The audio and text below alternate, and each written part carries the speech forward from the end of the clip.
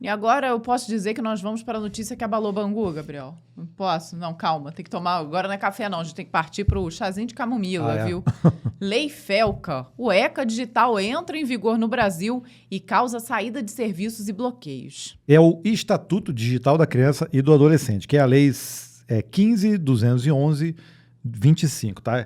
Ela foi conhecida aí como a Lei Felca, sancionado pelo presidente em setembro de 2025 e regulamentado por 3 novos decretos em março agora desse ano, tá? Então rolou aí esses dias, enquanto a gente está gravando. Estabelece um marco jurídico que obriga plataformas a implementarem sistemas de verificação de idade, controle parental e remoção imediata de conteúdos nocivos. Com a vigência antecipada pela medida provisória, a 1319 de 2025, as normas impõem multas de até 50 milhões ou 10% do faturamento, proibindo práticas de design viciante, como a rolagem infinita e a reprodução automática de vídeos para menores. Aí eu acho até interessante. Enquanto o governo federal destaca o caráter protetivo e lança um edital da FINEP de 100 milhões para fomentar soluções de IA voltadas à segurança infantil, a legislação exige que sistemas operacionais e lojas de aplicativos verifiquem a idade etária dos usuários e compartilhem esses dados com redes sociais para garantir a experiência adequada ao público jovem. A regulação provocou algumas reações imediatas do setor tecnológico. O sistema operacional Midnight BSD e o projeto independente Arch Linux 32 bloquearam acesso direto aos seus sites no mercado brasileiro, alegando incapacidade técnica e financeira para cumprir as exigências de coleta e transmissão de dados de idade. No setor de entretenimento, o Reddit suspendeu temporariamente o acesso de menores de 16 anos no país, enquanto a Riot Games barrou menores de 18 em títulos como o League of Legends e o Teamfight Tactics, mantendo o Valorant acessível apenas sob estrita autorização dos responsáveis. Sites de conteúdo adulto ainda apresentam falhas na checagem de idade. Pois e é, aí, começamos por onde? Olha, eu aposto que você ouviu falar a respeito da Lei Felca, o nome pegou, né? Ficou Lei Felca, então coloca nos comentários também o que você achou, porque a gente precisa trazer de alguma forma uma discussão a respeito disso, né? Eu acho que o Felca não foi o responsável exatamente por essa lei, né? Pelo texto que está aprovado ali e sancionado.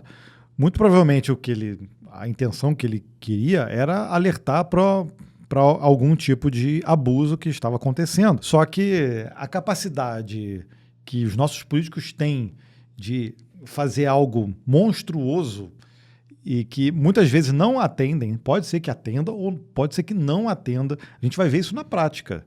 Daqui a pouco, realmente, quando isso for fiscalizado ou não, né? Pô, acho que acabou pegando para ele pessoalmente, com esse nome, mas não acho justo, tá?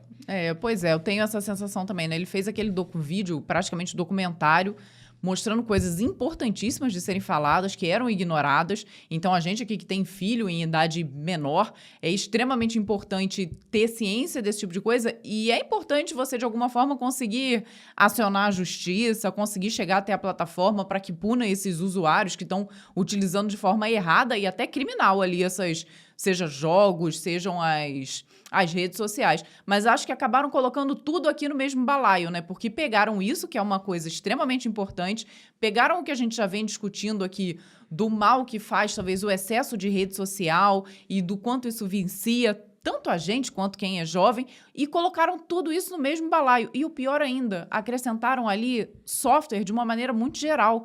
E aí pega, por exemplo, o sistema operacional. Gente, Android, o Linux, como é que vai ser? As distribuições do Linux que são open source. Não tem ninguém responsável ali, na maioria delas, não tem uma empresa, não vai ter um CNPJ aqui no Brasil responsável por não sei, pelo Ubuntu ou por alguma distribuição do Linux. Como é que vai funcionar isso aqui? Eu não vejo como. Agora, isso é uma discussão muito grande. Eu trouxe até um papelzinho com um resumo, porque, obviamente, como é uma lei, ela tem muita coisa. Isso aqui é resumo, tá? Tem muita coisa lá. E não vai dar tempo da gente comentar tudo aqui. Inclusive, eu coloquei uma enquete lá no Código Fonte para ver se você gostaria de ver uma análise nossa um pouquinho mais aprofundada, tá?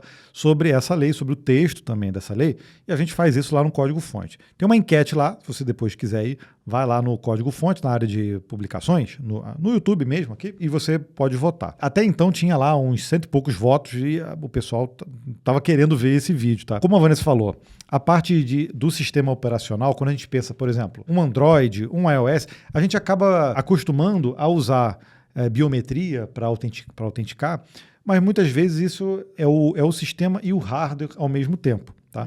Mas quando isso vai para o mundo Linux, de utilização corporativa, até o próprio Windows, o Windows já implementa algo, né?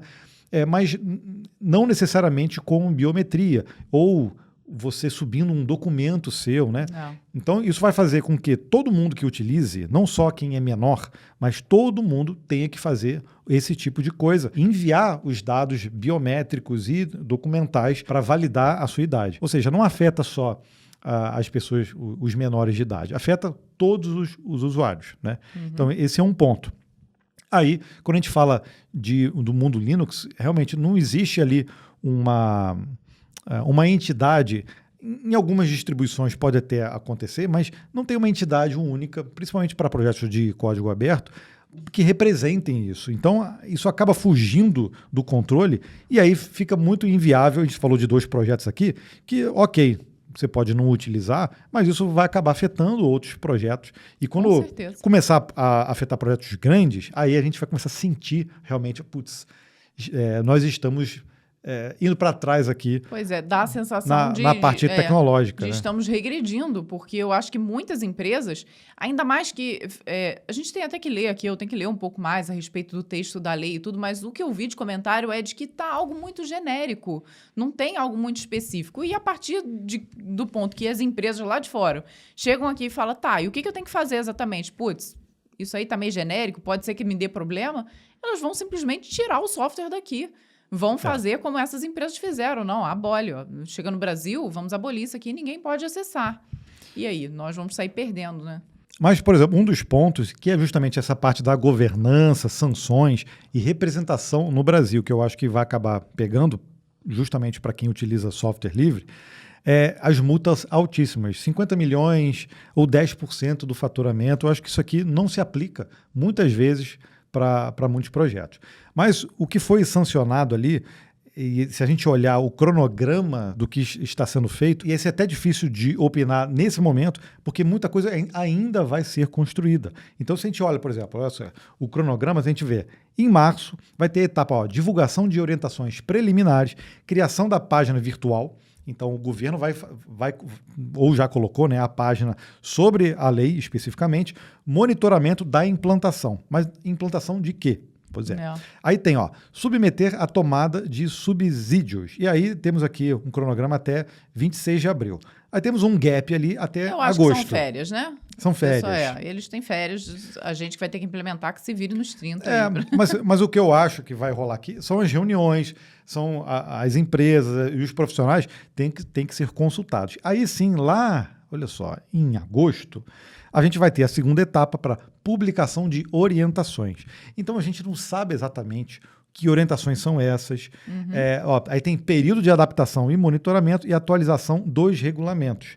E aí sim, lá na etapa 3, aí a partir de janeiro de 2027, começa as ações de fiscalização. Dependendo do que for essas orientações e o que tiver ali, o tempo é muito curto. Pois é, né? Porque ali me dá a sensação de que é meio que de setembro até dezembro, porque janeiro já começam as fiscalizações, ou final de janeiro, você tem que implementar tudo, colocar todas as mudanças, fazer todos os usuários se cadastrarem. Gente, é um tempo muito pequeno. Né? E aí, o que a gente está falando aqui, especificamente, não é coisa de erotização, de pornografia, nada a ver com isso. Isso aí, cara, o que tiver ali, a gente tem que ser feito mesmo, entendeu? Tem que ser feito. Essa coisa, por exemplo, de timeline infinita, de não reprodução automática, se isso for realmente para ajudar a não ter o vício, tudo, eu também sou favorável, tá? Igual, por exemplo, o YouTube Kids. O YouTube Kids, ele já implementa coisas que, por exemplo, ele não tem like, ele não tem comentário, ele não tem nem como se inscrever. Ou seja, nenhum tipo de interação que possa fazer com que, por exemplo, até quem publica no YouTube Kids não fique ali, não, dá like, dá comentário, dá não sei o quê. Esse tipo de engajamento já não funciona, né? Ou seja, é um ambiente voltado para criança e foi construído de forma diferente. Então, cara, eu acho isso aí excelente. Que seja o caso das redes sociais, de ter uma versão diferenciada para quem é criança, né? E que tenha esse controle parental, que tenha essa vinculação com uma conta de quem é maior. Eu acho tudo isso muito bom, entendeu? Até para alguns jogos, talvez, ter ali como o pai ficar responsável, né? O pai e a mãe ficar responsável pela conta. Isso. Tudo isso eu acho extremamente válido. O problema é que, do jeito que foi escrito aqui, abrangeu demais. É da mesma forma, por exemplo, que você vai num evento, tá lá, só pode a partir de 14 anos ou 13 anos. E você, como responsável, leva o seu filho e fala assim, eu sou responsável. Acontece muito com show, né? Um show, Então, às show vezes, de música. Poxa, é um show de música. O meu filho curte pra caramba banda de rock. Então, eu levaria ele, sei lá, no show do qual Roupa banda que ele gosta? Roupa Nova. Do Roupa Nova? Eu levaria, sei lá, no Imagine Dragons. Pronto, ele gosta, então ele vai curtir. Mas E você a responsabilidade é minha, E você né? como responsável, sim. Então, você autorizar, eu quero que meu filho possa jogar um jogo específico, eu, como pai, autorizo ele, ok, beleza. Eu acho que isso aí, acho que estaria de boa. Agora, por exemplo, tem coisa aqui, ó, que eu acho que esse texto é que me chama a atenção. Ó. Remoção, né, e takedown, né, de conteúdos. Plataformas terão que remover conteúdos violadores, né, como... Aí tá, tudo bem. Como apologia, automutilação ou assédio. Mas olha só, tudo bem. Eu acho que é válido. Mas todas essas orientações e essas atualizações de regulamentos, elas não estão aqui ainda no texto final, ainda vão ser feitos. Então eles têm que remover imediatamente após notificação da vítima ou entidade, sem a necessidade de ordem judicial. Óbvio que vão ter coisas que você fala assim, cara, isso tem que sair agora e não beleza, devia nem ter entrado. Nem ter entrado. Outras coisas, você fala, poxa, e se for outras coisas que não necessariamente violam? Porque vai ter um texto posterior que vai definir o que pode ser violado ou não. Entende o que eu quero dizer? Que isso pode fazer com que, automaticamente, o usuário que se senta agredido por algo que é explicitamente um mal-estar dele, não necessariamente de todos, e às vezes nem é um conteúdo que é criminoso, vamos dizer assim, ele possa tirar aquele conteúdo do ar sem nenhum tipo de... É o equivalente ao seguinte, eu e Gabriel, nós estamos aqui publicamente na internet publicando conteúdo. Pode ter alguém que vai fazer um react de um vídeo nosso xingando a gente, falando, sei lá, pode falar a besteira que for. O Gabriel é um babaca, o conteúdo de vocês é uma merda, blá, blá, blá, vomitar um monte de coisa. Eu vou me sentir ofendida? Vou. Mas será que é o suficiente para eu chegar e falar, olha aqui, eu quero que Dependendo do conteúdo, pode ser que a gente procure a justiça? Exatamente. Sim. Pronto, olha, me ofendeu num ponto que, sei lá, tá falando que eu cometi um crime que eu não cometi. Eu posso ir lá na justiça, né, e é legal, olha aqui, isso aqui tem problema. Agora, imagina, eu viro pro YouTube e falo, olha, fulano de tal aqui me ofendeu, tem que tirar agora. E o YouTube obrigatoriamente tem que tirar, e às vezes a pessoa, sei lá, tava falando mal do conteúdo que eu gerei. Não tem problema nenhum falar mal, discordar do conteúdo, discordar da minha opinião. Ou fazer uma crítica construtiva. Exatamente. E eu posso me sentir ofendido e mandar tirar aquilo dali. Pela lei, o YouTube, ou seja lá qual for essa plataforma, tem que tirar na mesma hora, sem questionar. Então, aí acaba infringindo também a liberdade, né? Olha, tem muitos pontos aqui da lei. Por exemplo, fala inclusive sobre a integração de API para fazer essa validação, tá? Então, são várias empresas, serviços que prestam esse tipo de validação. Obviamente, o que pode acontecer? Muitos sites grandes que querem atuar aqui no país e serviços vão, obviamente, ir atrás disso. Aqueles pequenos ou vão ser bloqueados completamente e vão parar de atuar aqui, o que faz com que a gente tenha menos concorrência, inclusive. E vai ter aqueles meio que vão ficar no limbo ali.